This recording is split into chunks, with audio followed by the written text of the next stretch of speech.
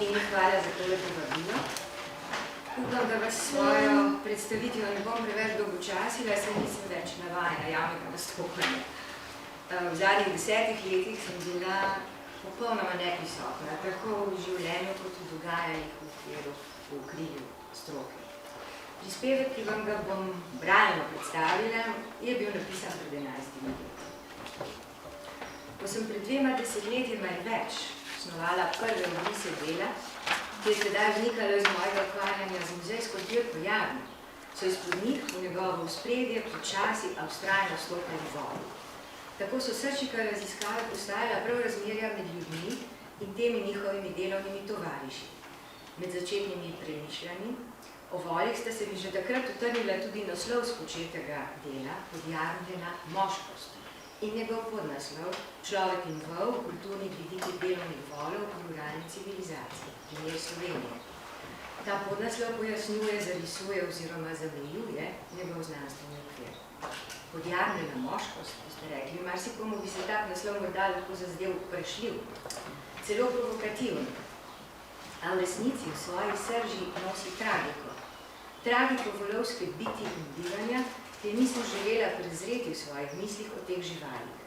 Stoičnih živalskih velikanih, utelešenih mirne moči in potrpežljivosti in o njihovem večtisočletnem druženju z ljudmi. O tem, kako je človek divnemu, silnemu, plodnemu, božanskemu bitju, samcu ene izmed največjih in najmočnejših živalskih vrst, s kastracijo, tako da mu je s tolčenjem sploščil ali z rezanjem izluščil ali s klešči stisnil njegova moda, oduzel njegovo moškost. Da bi ga zasužil, si podredil njegovo svobodno voljo in podjarmil njegovo moč. Nedolgo zatem sem brala Spomin na Afriko, Karin Blixen. V romanu me je presenetilo njeno poglavje voli in v njem stavki, pisateljičine občutene besede, ki odsevajo in sporočajo mikavno svobodno premišljanje. Čudno je, kaj smo storili z voli, bik je kar naprej besen, zavija oči, koplje v zemljo, karkoli zagleda, ga razburil. Še zmeraj ima neko svoje življenje, z njo zdrgim šviga ogenj, z njegovih ledi prihaja novo življenje. Njegovi dnevi so polni življenjskih potreb in zadovoljitev. Volom smo vse to vzeli in kot povračilo zahtevali njihovo življenje zase. Ko sem sedala k temu svojemu delu, k pisanju uvodnih stavkov, so me iz radia, med poslušanjem poročil, opljusknile naslednje besede stavkajočega delavca, nekega gradbenega podjetja, pred stečajem. Delali smo kot živina in zdaj čakamo na zakol. Ob njih so mi misli vzvalovile v več smeri. Poleg jeze in sočutja za voljo delavske agonije, me je kot etnologinjo zadnjih nekaj let potopljeno v raziskovanju razmerij med ljudmi in delovnimi voli, temi starodavnimi potrpežljivimi silaki med živalskimi fizičnimi delavci, vznemirila še posebej figurativna oblika izrečenega stavka. Njegov prvi del, delali smo kot živina, namreč zelo jasno in neposredno sporoča istenje ljudi in delovnih živali, ponavadi prav volov in težkih, telesno napornih delovnih opravilih. Podobno, kakor v tem pogledu prepoznana bližnjost enih in drugih odseva iz posameznih rekov, še danes zanimivo prisotnih v vaških in v mestnih okoljih. Naprimer, garat kot vol, utrujen kot vol in podobno, kakor so zadevno bližnjost uspeli razkriti pronicljivi pogledi posameznih slovenskih in drugih poetov in pisateljev, naprimer Otona Župančiča, ki je v pesnitvi Duma takole nagovoril zemljo. Daješ se najno tave za vola, ki vlačil je brano, hodil za plugom in družno potil se z oračem. Ali pa Miloša Crnjanskega, srbskega pisatelja, ki je v delu Ljubav v Toskani slikovito izpovedal. Kola natovarjena senom zaleze v grad, pred njima koračajo težko kao seljaci, sa izkrivljenim kolenima volovi. Prvi del stavka neznanega delavca, ki je nehote postal mikavno izhodišče uvodnega pisanja, tako izpoveduje miselno istenje ljudi in delovnih volov, človeških in živalskih prebivalcev nekdanjih kmetij, do kakršnega je prav v njihovem okolju prihajalo na podlagi različnih sestavin vsakdanjih delovnih procesov, skupnih telesnih delovnih naporov, medsebojnega glasovnega, zvočnega in dotikalnega sporazumevanja, pridobivanja znanj in delovnih veščin, nege in skrbi za zdravje. A živali kmetije, nekdaj neločljive od vsega kmečkega življenja, so postale v današnji družbi povsem nekaj drugega. Le še živali rente, nič več, kakor produkti za pojest, kot je zapisal Digara. Samo še dohodek od lastništva, živali za zakol. In zdi se, da prav miselno enačenje s tem zadnjim stanjem domačih živali izpoveduje drugi del, delavčevega stavka, zdaj čakamo na zakol. Smrt je sicer večna spremljevalka razmer med ljudmi in drugimi živalmi, naj si bo onimi, katere so lovili, naj si bo tistimi, katere so redili za hrano ali za delo. Gre pač za razmerja, kakršnega je Marguerite Yourcenar v romanu Achille Dunod v zvezi z domačimi živalmi pronicljivo besedila kakor akt, ki se vedno konča smrtjo. Od noči časa do sodobnosti, do današnje mesno-predelovalne industrije, razmerja industrializiranih razsežnosti, kakršno je drug literat, južnoafriški pisatelj in zagovornik živalskih pravic, John Maxwell Coetzee v svoji knjigi Elizabeth Costello, neprizanesljivo označil kakor dan za dnem potekajoč živalski holokaust. Živalmi prav res od nekdaj, neprenehoma, stopamo skozi vznemirljivo raznovrstne naravno-kulturne svetove, česar so se zavedali že številni pisci, ki so do danes v človeških odnosih do živali suhali svoja peresa, bodisi filozofi, etnologi, kulturni in socialni antropologi, etnozoologi, etologi in drugi. Tako se je na primer izhodiščno mogoče strinjati s Severnikom, da se naša pojmovanja razmerij do živalskega sveta delijo v dve kategoriji. V tista, ki poskušajo odkrivati živali in jih ko posledično mislimo, da jih bolje razumemo, približujejo ljudem. In v ona druga, nasprotna pojmovanja, ki hočejo živali držati na razdalji, da bi brezupno dokazali, da nas z njimi prav nič ne druži. Pritegnemo lahko tudi Testerjevim besedam o novi koristnosti teh bitij, ki pomagajo človeku, da lahko sploh premišlja človeško. In Bernadette Lisette, ki je zapisala, da postaja vse bolj očitno, da igrajo družbeno kodificirane meje odnosa do živali, vlogo natančnega, včasih silovitega razgaljevalca družbenih napetosti. Ali pa na primer dvojci Nancy-Ron-Coé, ki sta obesedili, da se skozi živali in z njimi izražajo in definirajo kulturne razlike in posebnosti. Se nakazujejo in razpravljajo sistemi razmerij med živimi bitji, ter se zagovarja legitimnost, znanj in moči. O sodobni družbeni koristnosti živali je Tester ustrezno kritično zapisal, da si človek jemlje svobodo, da živali uporablja zgolj kot merilo narave človeškega bitja in praks biti človeški. In medtem, ko se druga živa bitja, niti živali, niti rastline ne obadajo kaj dosti z ljudmi, jih človek ne le neizprosno izkorišča za voljo svojega osnovnega preživetja, temveč jih tudi drugače neizogibno potrebuje, je domislil Severnik. Bolj ko odkrivamo živalska stanja, bolj se izrazšuje položaj človeka. Vendar se moramo pri tem odsrediščiti, da bi odkrili, kdo smo. Saj nismo niti središče vesolja, niti vsega živega, niti samih sebe, kar je na svoj način že dolgo tega v prvi pesniški zbirki iz leta 1959 poetično ubesedil Gregor Strniša. Ne hrast, ne hrošč nas ne pozna. Človek ni krona sveta. V loku navedenih in podobnih premišljanj svetne tudi moje preučevanje razmerij med ljudmi in delovnimi voli, ter posledično med ljudmi v odnosu do teh živali.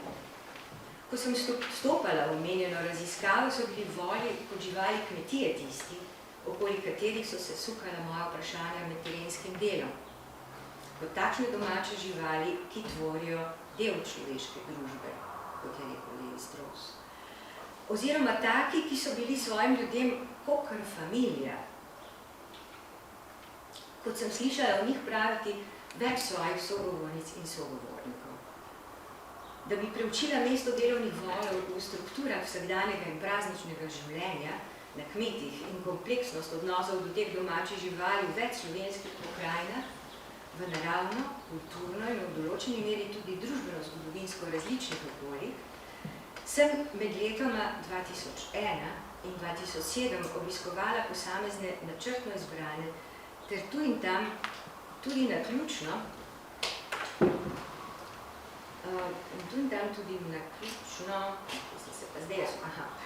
najdene kmetije na Kozjanskem, v delu Posavja, v Zasavju, na Pivki, na Krasu, v Brkinih, v Šavrinih v Slovenski Istri, na Pokljuki na Gorenskem in na Koroškem. Mozaik individualnih zgodb, v sobivanjih z delovnimi voli, o razsežnosti njihove tihe, ponižne nepogrešljivosti ter spleta njihovih pomenov. Zgodb, ki so jih pripovedovali posameznice in posamezniki na mojih poteh, je oblikoval slovensko različico, podobe gospodarsko-kulturnih in drugih tudi čustveno orisanih razmerij med ljudmi in njihovimi voli. V temeljih potezah skupne, v marsičem izenačene podobe, ki se je od kmetije do kmetije ponavljala, se potrjevala, v nekaterih sestavinah pa vendarle raznolike podobe, osebnostno obarvane in pokrajinsko, okoljsko zaznamovane. In ta, poleg na vseh drugih delih, tiskanih, slikovnih, primarnih, snovnih delih, na ustreznem primerjalnem slovstvu in tudi na nekaterih očarljivo zgovornih, občuteno pričevalnih, leposlovnih literarnih delih, temelji še posebej na ustnih pripovedih, pri katerih sem sledila predvideni kompleksnosti in medsebojni prepletenosti snovnega, družbenega in duhovnega. Glede na starost pripovedovalk in pripovedovalcev so zapisi relevantni za čas od desetletij med svetovnima vojnama do danes. Moja vprašanja so se sukala okoli mesta delovnih volov v okviru življenja kmečke družine in vaške skupnosti, zlasti delitve dela in šeg življenjskega in koledarskega kroga.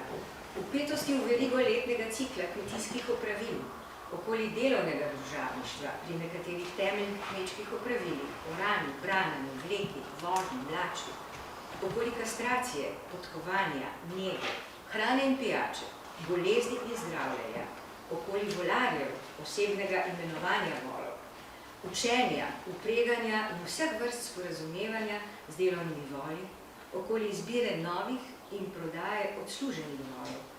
S pomočjo likovnih, literarnih virov in ustnega slovstva sem sporedno, poleg zemeljskega, raziskovala tudi duhovno, simbolne, metaforične pomene volov ter jarmov, v poročnih šegah kot označevalcev stanovske, regionalne istovetnosti in podobnega, od sebe stvarnega pomena volov v pesmih, pripovedkah in rekih. Delovno žarišče je bilo pač razkrivanje palete soodvisnosti v razmerjih med človekom in delovnim volom. Pojavil se je tudi nezanemarljiv muzejski vidik raziskovanja, pomembnost ohranjanja tovrstne dediščine znanj in veščin, kot hipotetična srčika pa sta vzniknili vprašanji oziroma instinktivni predpostavki o bistvenosti vloge otrok. Zlasti dečkov pri vseh opravilih z voli in v obstoju posameznikov s posebnimi lastnostmi za sporazumevanje z delovnimi goveli. Kar se je potem stvarno pokazalo pri delitvi dela v okviru kmečke družine in pri delovni specializaciji v družbenem okolju vasi. Ne bom kaj dosti razlagala pri teh fotografijah, to je iz enega izmed mojih člankov ravno na temo Otroci voli. Tole je pač, kot vidite, če ste uspeli prebrati, ne, niste uspeli. To sem s telefonom doma naredila te fotografije, tako da otroci spremljajo v bistvu skozi ves proces pri oranju in pri drugih delih očeta, gospodarja.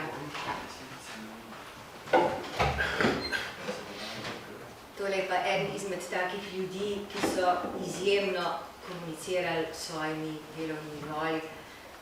Istrski Emil Kocijančič Vistokolovca, ki je bil izbran, da bo dober za volarja. To so bili poslednji slovenski gospodari. Tako. Ja, zelo hitela. Prav o voli za mnoge morda za voljo njihove vsakdanjosti neopaznih in neuznemirljivih je François Sigaud pred dobrim desetletjem zapisal, da je vol kljub svoji zgodovinski pomembnosti, v kateri v ničemer ne zaostaja za konjem, izginil ne, da bi o njem spregovorili, ali morda vsaj ne dovolj poglobljeno spregovorili. Ko sem pozneje v okviru svojih delovnih prizadevanj prebirala ustrezno slovstvo, pa sem vse bolj odkrivala, da v pričevanju raznovrstnih pomenov delovnih volov ter z njimi povezanih kulturnih sestavin in v zagledanosti v njihovo večno, v stoletjih zgodovine dolgega trajanja, neobhodno, večplastno, globalno prisotnost, nisem tako osamljena, kot se najprej zdelo. Ako sem kljub središčni zameti svoje raziskave na slovensko ozemlje v nekem pogovoru s Sigojem podvomila v smiselnost njene tolikšne kompleksnosti, je menil, da voli to zaslužijo. O teh bitjih in o njihovih razmerjih z ljudmi, oziroma o živalih na splošno, ki so v očeh antropocentričnih mislecev vse predolgo veljali zgolj za stvari, sem sama, kot v temi raziskave, začela premišljati o predmetih, o volovskih jarmih iz muzejske zbirke. Kljub že davno uveljavljenem metodološkem premiku, do katerega je prišlo v okviru slovenske etnologije v 70-ih letih preteklega stoletja, v tistem času sem pač jaz odraščala v okviru etnologije, da so poglavitni predmet etnološkega zanimanja ljudje in ne reči. Ta prenos poudarka z kulturnih sestavin na njihove nosilce, ki se je pogosto prav izločevalno,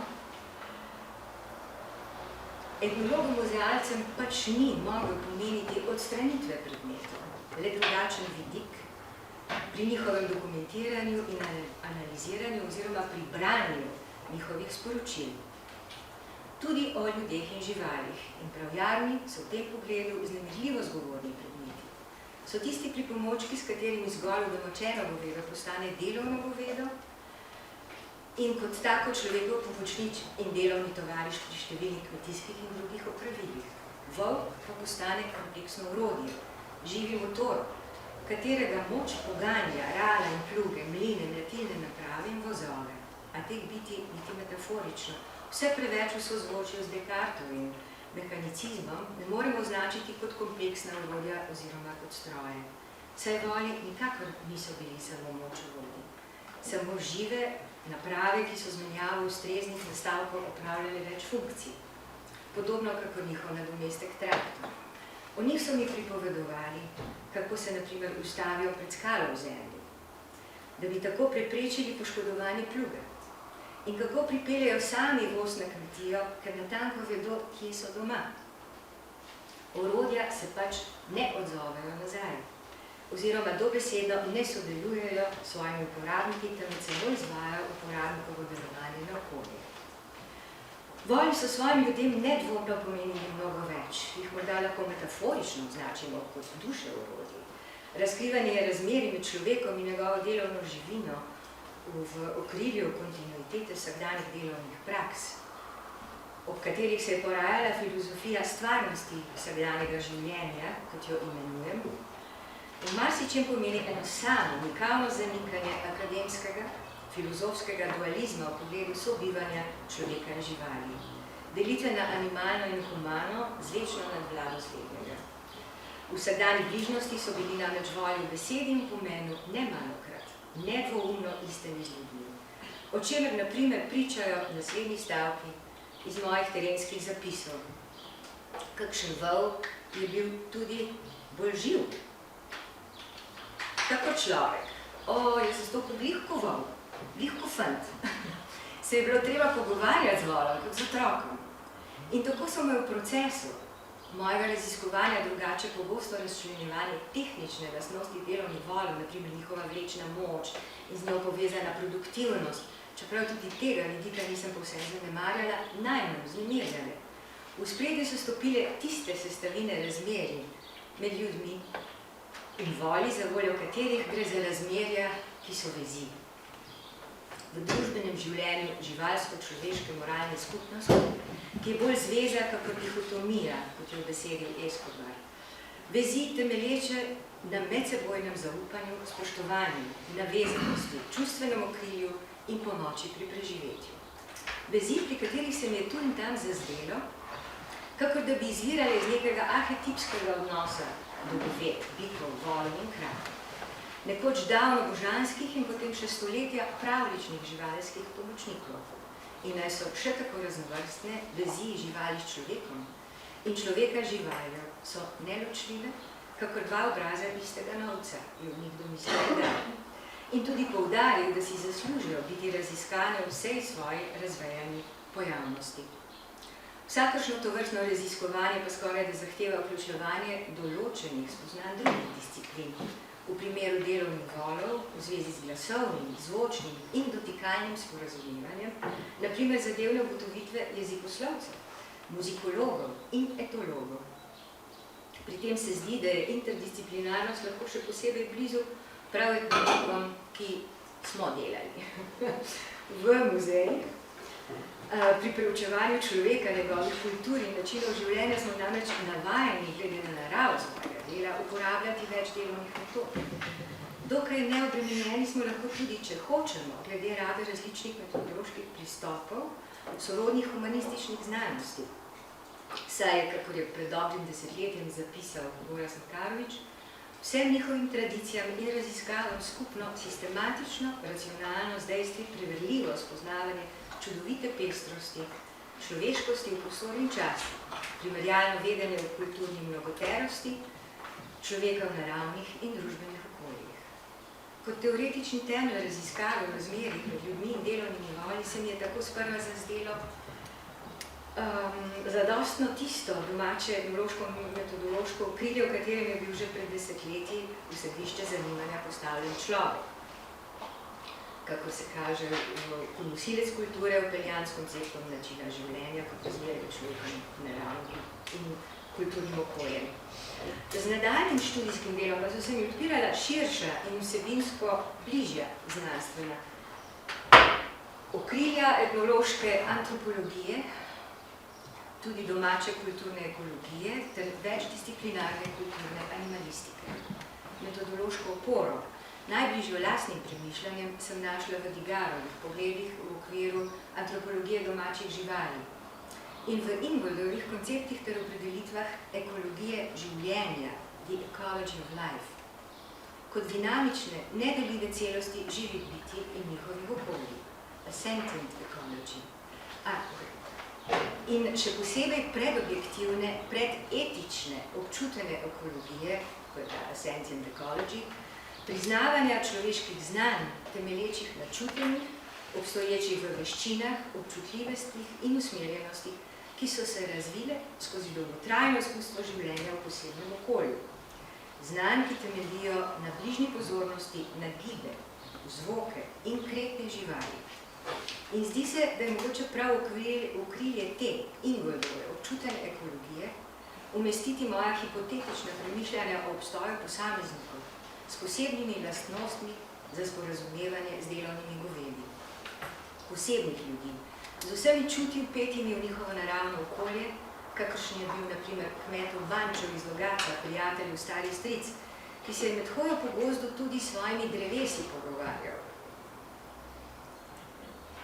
Kakor da bi bila ljudje, ali pa na primer samska Luce z Dalmatinskega otoka, o kateri so mi v njeni vasi pripovedovali, da je imela brezurje v hiši nezgrešljiv občutek za čas in je znala volom tako šepetati v ušesa, da so bolje orali. Tukaj sklenem, končam s tema dvema fotografijama, ki kažeta na pomen volov, na vezi, kulturnim voli, konkretno na Krasu, kjer je Kamnosek Jernej Bartolato postavil tale spomenik kraškim volom in uklesal tole besedilo, ki vidim, da ga ne boste videli, vam ga bom pa prebrala. Nekoč smo tot okoli Krašovci orali z voli. V jarni smo jih uklenili, z njimi tovore vozili.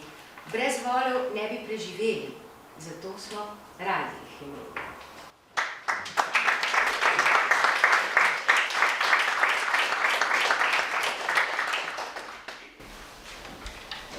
Najlepša hvala. Bi kar prosil za kakšne komentarje in vprašanje. Hvala, Inja. Jaz bi šla k vprašanju pečenega vola na ražnju pa bikovih prašnikov. Kako to povezuješ s tem, kar si razlagala o odnosu do delovnih volov in v bistvu s tem, da sta ti dve gastronomski specialiteti se razrasli, pač po mojem vedenju, predvsem v polpreteklem obdobju, če temu tako rečemo, ko torej teh ravno delovnih volov več ni bilo toliko kot v zgodnejših obdobjih. Čeprav pri svojem pisanju in analiziranju vsega, kar sem zbrala, sem v bistvu šele na tem začetku in se bo dogajalo naprej, ampak imam kar nekaj takih fotografij, tudi snetih iz spleta.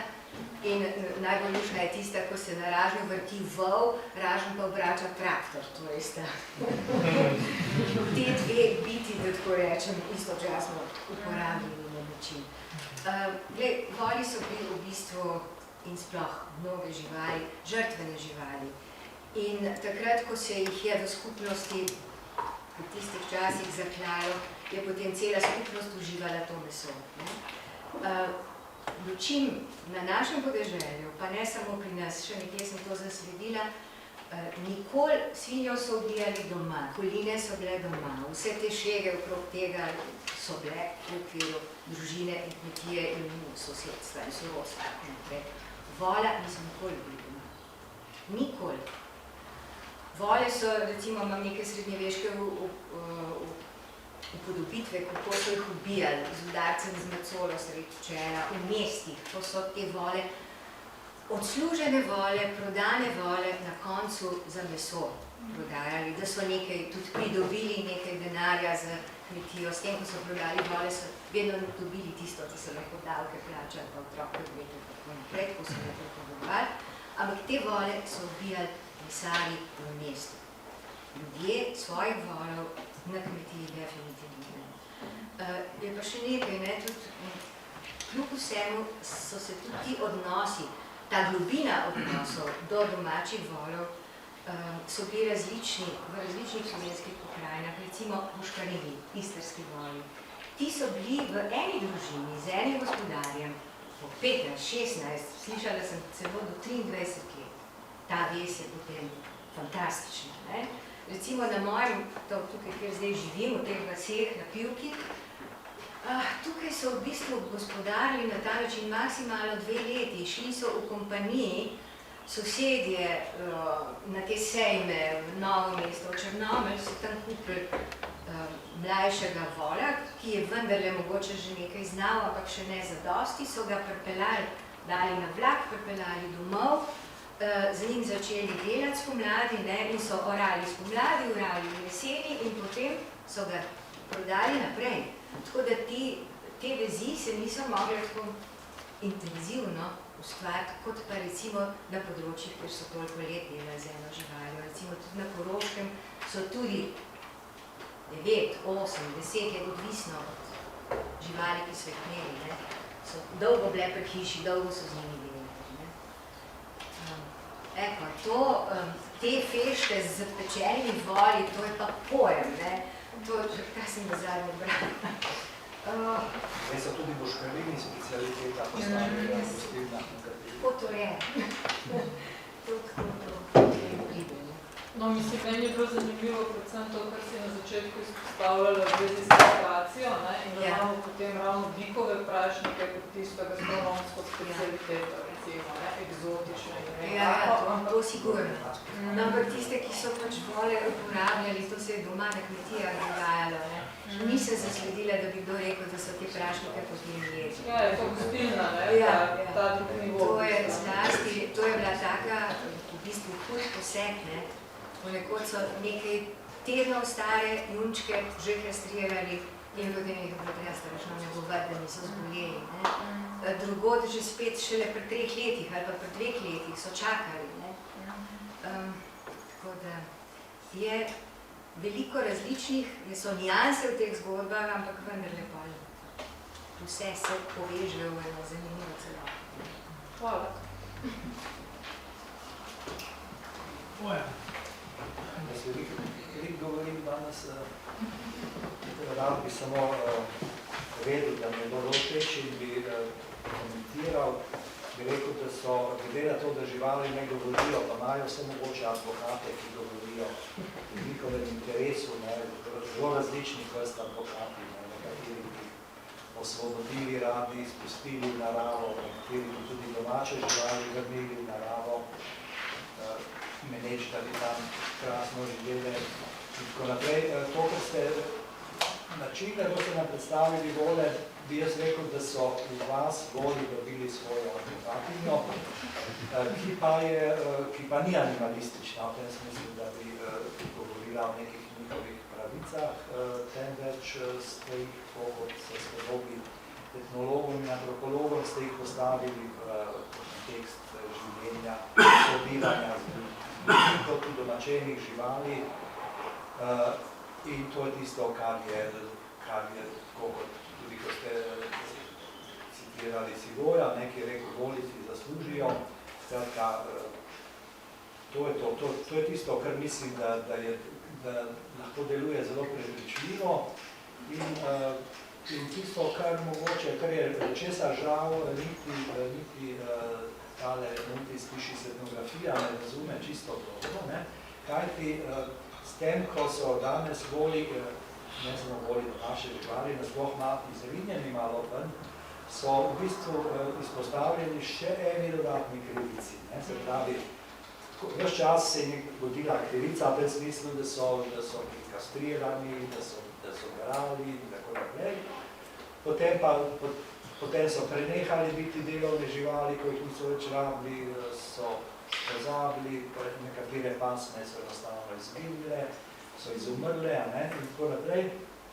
In nazadnje potem imate še eno vrsto akademskih preučevalcev živali, ki menijo, da si te živali ne zaslužijo pozornosti, zato ker so domače živali. Se pravi, neke vrste, to je tudi neka vrsta specizma, bi jaz rekel, izločitev izbris domačih živali. Zakaj domače živali niso vredne našega spoštovanja? Zakaj mislimo, da si domače živali ne zaslužijo našega dovednosti? In v tem smislu, v tem pomenu se mi zdi, kako ste povedali, zelo dragoceno. Hvala. Veste, kaj bi sam dodala tekom tega vašega komentarja, na kaj sem se spomnila še pri tej bližini, pri teh vezeh, kako so pomembne, kako je ta bližina človeka in delovne živali. Recimo, jaz sem imela pod vplivom, ker sem imela dosti kolegov, ko sem sodelovala v enem zelo zanimivem programu Early Agricultural Remnants and Technical Heritage v okviru Evropske znanstvene fundacije, kolegov, arheologov in seveda ogromno je bilo te v bistvu eksperimentalne arheologije. Skratka, odkrili so nek srpič, pa so potem poskušali z repliko tega srpiča dokazovati vse mogoče, to bom bolj vedel kolegija Dmitri. Jaz sem pa poskušala seveda v tej svoji pokrajini, kjer imamo v eni vasi Jušče, ki je malč bolj na samem, ene ljudi, s katerimi se dobro razumem in sem jih prosila, da bi učenje delovnega vola pri njih spremljala, če bi bili pripravljeni eno od njihovih domačih živali.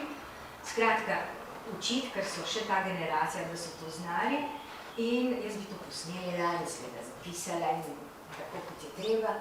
In kaj mi je rekel gospodar, je rekel, Minja, ne bo šlo.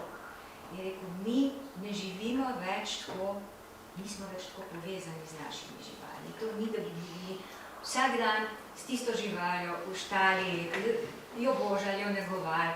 Zdaj jih imamo na paši, jaz ne bom imel niti časa, niti ne bom našel take živali, da bi ti to lahko naredila. In sem seveda potem morala to misliti, sem nekje na Krasu in približek tega samo posnela pri enem od kmetov, ki v bistvu se gre teater zgodovine. Da v bistvu ima dva vola zato, da hodi na razne prireditve. Da demonstrira, kako se z njimi orje, da demonstrira, ne vem, vleko enega debla in tako naprej. On je samo nakratko to demonstriral. In še ena stvar v zvezi z bližino. Kaj se danes dogaja? Govedorejci se vrača, oziroma ne se vračajo, glede na to, da se v bistvu propagira to pašništvo odprta reja, odprta paša. te živali so zdaj tam spuščene, te živali tam počasi se organizirajo nazaj, kot da bi bile v divjini. Postavijo feral. Ja. In ni tistega stika, svojega človeka praktično skoraj ne poznajo. To je... Kratko še vprašanje, Peter, potem pa... Se mi zdi, da mogoče ne gre toliko za nezanimanje za domače živali, mogoče gre za nezanimanje za delovne živali. Ker zanimanje za pse, konje, mačke, vse to, kar je vezano z urbanim življenjem, je še vseeno aktualno. Ja, to je druga kategorija, sej so res v domačenju, ampak pet animals to je seveda čist drugi predmat. Ampak je potem še vrsta drugih domačih živali, ki niso nujno delovne, pa so tudi izključene.